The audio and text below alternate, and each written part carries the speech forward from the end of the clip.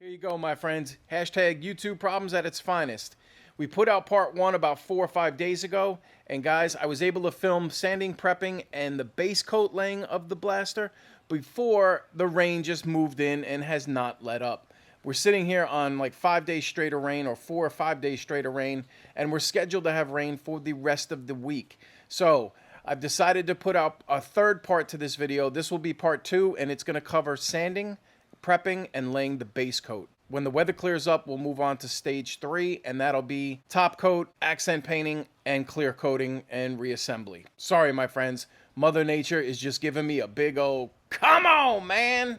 Welcome to part 2, my friends. Let's get right into sanding and prepping.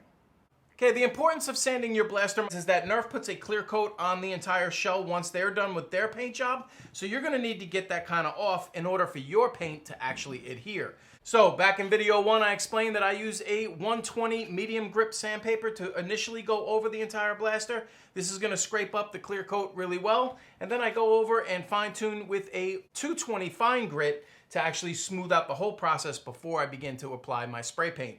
Personal taste may vary. I personally like the Nerf logo and the Fire Strike wording. It's raised off the shell a little bit, so I sand just enough to get the black or the clear coat off it, and then I use these to actually highlight and bring a third color or another dimension into this paint job. But when it comes to the caution labels that they have on here, I sand those completely away. So we're gonna do this in time lapse. Again, guys, take your time, okay? The overall paint job will be determined on how much work you put into the prep phase.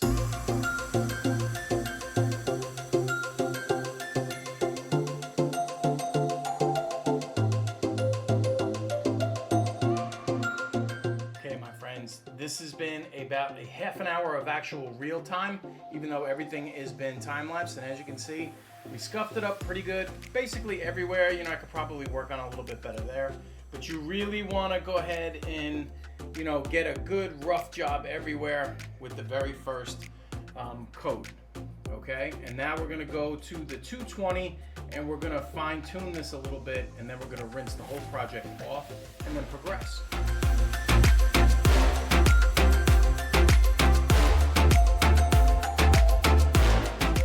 All the sanding and prep work is complete, and I gotta tell you, once you've done it and you run your fingers over it, it really feels nice and smooth. So we are now ready to totally rinse the project off. What you're gonna wanna do is just run this underwater and make sure you get all the dust off it on both sides. So.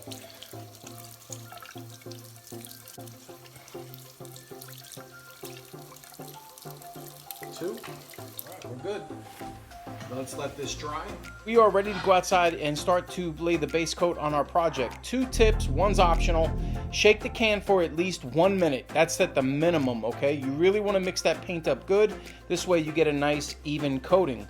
And 2, I usually do this. I dip the can in warm water for at least 10 minutes before I go to paint the project. This way it actually warms up the paint inside just a little bit. We are outside and ready to go with this project. I am going to be putting on a mask and respirator, so it's going to be difficult for me to talk. What I'm going to do is I'm going to paint the inside of the shell first with very nice thin coat.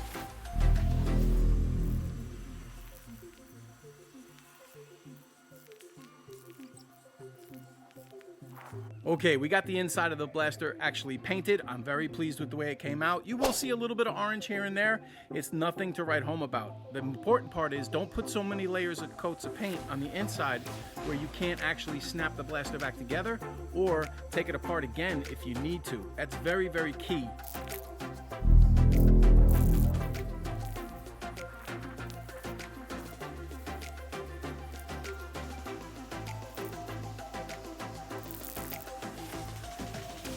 The grips themselves are actually finished. You can see that the paint has been evenly dispersed among the part itself. Even in the parts of the trigger where you're actually going to get your finger in there, it's all nice and even, and I'm very pleased with the way the grips themselves came out. All right, guys, quick look at the top part of the Fire Strike to this point. Everything's looking pretty even and well covered to this point. I do have a couple spots I missed, like One portion right back here is a little bit orange still that I have to touch up. Underneath this tack rail is usually one of the tougher spots to get all the paint because it's got a lot of nooks and crannies and just a little difficult to get in there. But overall, I'm pretty pleased with the way this is looking so far. And here is where you're really gonna see when you haven't sanded your project well enough. So for instance, like right here on this part, you're gonna clearly see a couple of lines where I may not have smoothed it out as good as I would have liked. We're still gonna put the green paint on top, so hopefully it'll cover it up quite nicely, but we'll see what the end result looks like. Let's keep touching up these parts that we need to, and then we'll move on.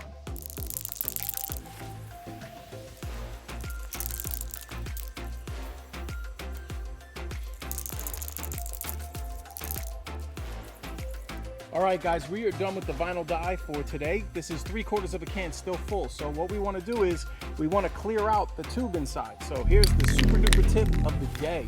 When you're finished with the color that you're going to use, turn the can upside down and spray it until nothing comes out but clear.